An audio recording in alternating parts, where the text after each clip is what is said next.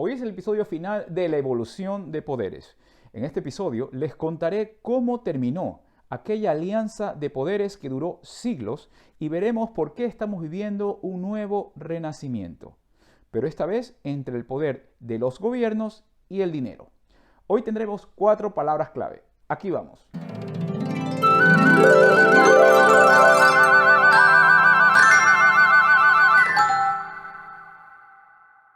Hola a todos, bienvenidos a su canal Educación es Inversión.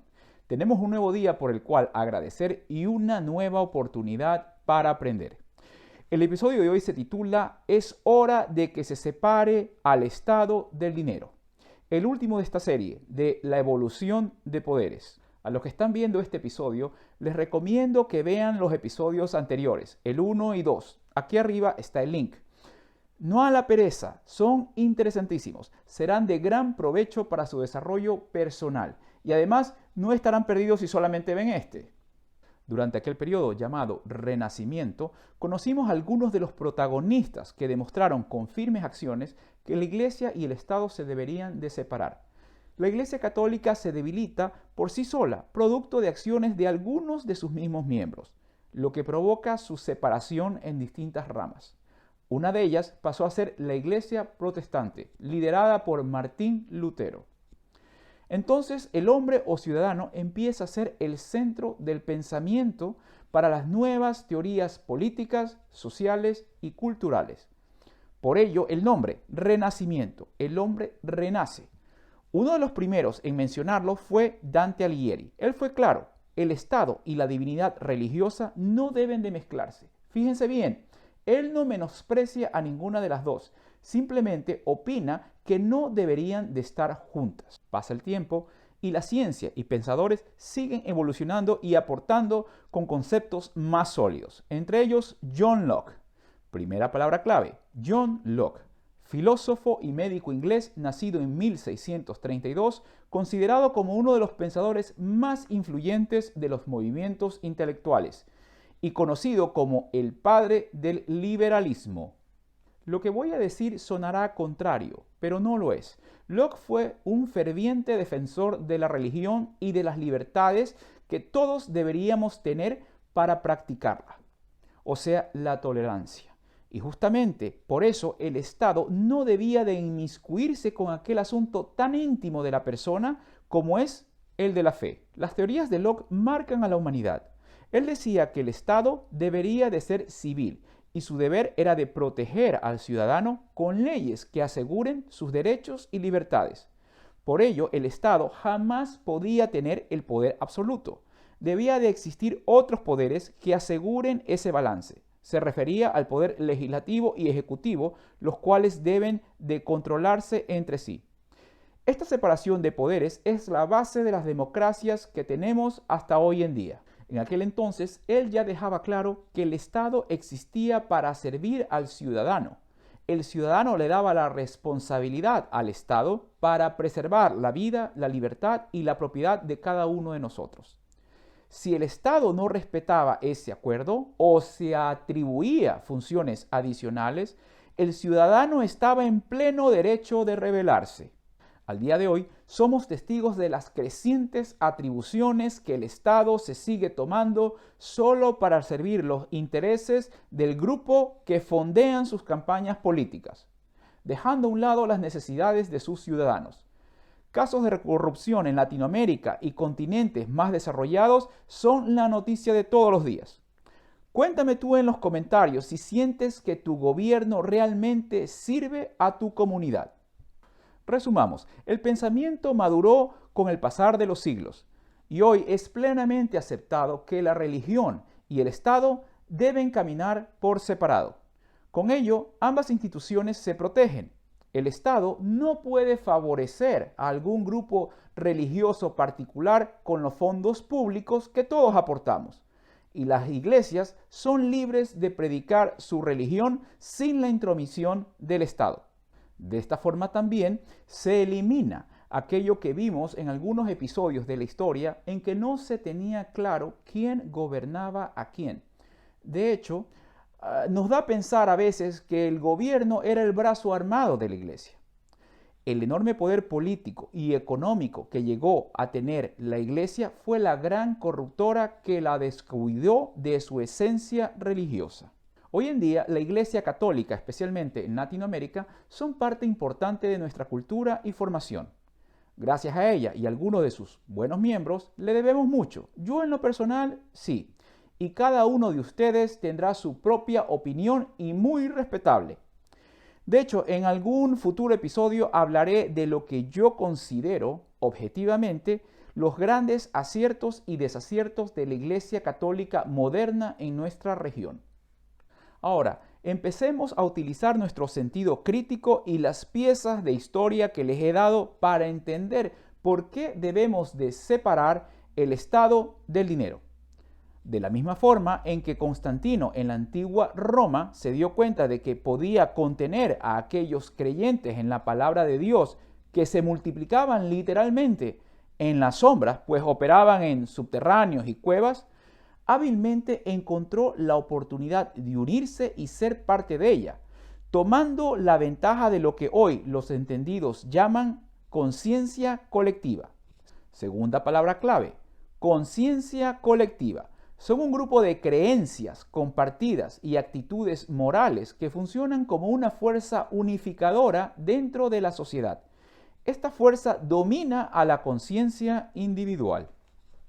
Entonces, la conciencia colectiva provee creencias y líderes a los que seguimos y obedecemos.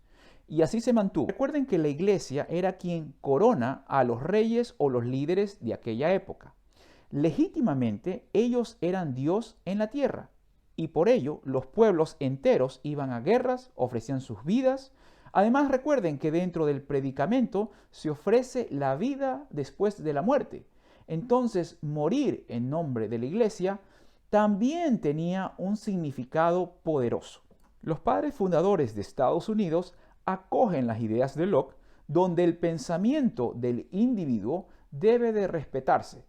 Similar situación sucedió en Europa y es por ello que nuestras democracias son llamadas estados seculares. Tercera palabra clave, estado secular. Representa una nación o país independiente de cualquier organización o confesión religiosa o de toda religión. Las autoridades políticas no se adhieren públicamente a ninguna religión y tampoco la religión influye sobre la política nacional. Si pasamos a ser un estado secular, donde cada uno es libre de creer en el Dios que quiera, entonces, ¿dónde queda aquella goma o pegamento para que los gobiernos continúen ejerciendo su poder sobre los ciudadanos? Se llama dinero. Ese es el Dios. Ese es nuestro culto. Al dinero honramos, luchamos por él, lo defendemos, lo adoramos y nos es imposible vivir sin él. La producción de dinero está ligada con nuestros sueños, confort y placer. Si no, dígame, ¿con qué nos vamos de vacaciones? ¿Cómo pagaríamos los libros de nuestros hijos? ¿Con qué pagamos las medicinas? Ojo, no confundir el hecho de querer ser económicamente exitosos, eso no tiene nada de malo. El problema es que los gobiernos lo usan para manejar a la sociedad. Ese es el punto. Los bancos centrales, los cuales son parte del gobierno, manejan y deciden la política monetaria. Y por encima de ello, me refiero por encima de nuestros países soberanos e independientes, sí que me río. Existe una serie de entidades internacionales globales, y ustedes ya las conocen porque las he nombrado en episodios anteriores, que a su vez siguen las recomendaciones de otra institución, el Banco de Pagos Internacionales. Cuarta palabra clave, Banco de Pagos Internacionales, ubicado en Basel, Suiza, institución financiera internacional, propiedad de los bancos centrales. Fomenta la cooperación monetaria y financiera internacional y sirve como banco para los bancos centrales. O sea, el banco del banco del banco de los bancos. Suena broma, pero así es.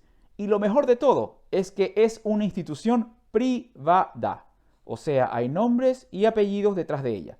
Y no me refiero a los directores o gerentes, vicepresidentes, etc. Ellos son los que lo administran.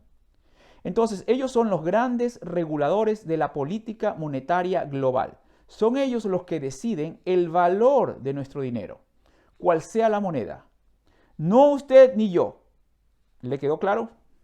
Si realmente queremos ser una sociedad secular en relación al dinero, no puede seguir existiendo este oscuro manejo de estas entidades globales en asociación con cada banco central, imprimiendo dinero a su conveniencia para enriquecer a un minúsculo grupo de multimillonarios globales, enriquecidos por la monopolización empresarial global que hoy existe y que ha quebrado a toda pequeña y mediana empresa y nos tiene como sus empleados. Nuestros gobiernos en términos generales son corruptos. No tienen conciencia. Su finalidad es seguir acaparando poder, gracias a que pueden manejar la máquina que produce dinero, y ello determina lo poco o mucho que podemos adquirir con él. Fíjense cómo nos roban año tras año. La inflación sube, las monedas se devalúan, y nuestro dinero vale menos, o sea, menos podemos comprar con él. ¿Quién nos responde por eso? Pregúntenle a sus diputados y presidentes de cámaras bancarias, monetarias, etc., en sus países, y luego cuéntenme qué respuestas le dan. En el episodio del patrón dólar, nos quedó claro que no hay nada detrás de aquella moneda que usamos para el comercio global, ni de la de nuestra región. Se legalizó la irresponsabilidad de imprimir dinero, por ello se las llama fiat, porque está respaldada por los gobiernos, los cuales han perdido nuestra confianza. El poder de imprimir dinero no puede seguir en manos de bancos centrales locales, ni podemos seguir teniendo instituciones globales dando órdenes a nuestros gobiernos de cómo manejar nuestra política monetaria nacional. Afortunadamente llega el 2009 y se crean las criptomonedas. Nuestra esperanza de que cada individuo sea su propio banco, dándonos la libertad de hacer transacciones sin necesidad del ejército de instituciones globales y de gobierno que están por encima nuestro, las cuales dicen trabajar por nuestro bienestar, pero sus resultados son los más mezquinos que existen. La separación del dinero y Estado está sucediendo, está en camino. Aprendamos a cómo sacar la mejor ventaja de ella. Y hasta aquí el episodio de hoy. Espero que hayan disfrutado de estos 3 episodios tanto como yo disfruté escribirlos y grabarlos.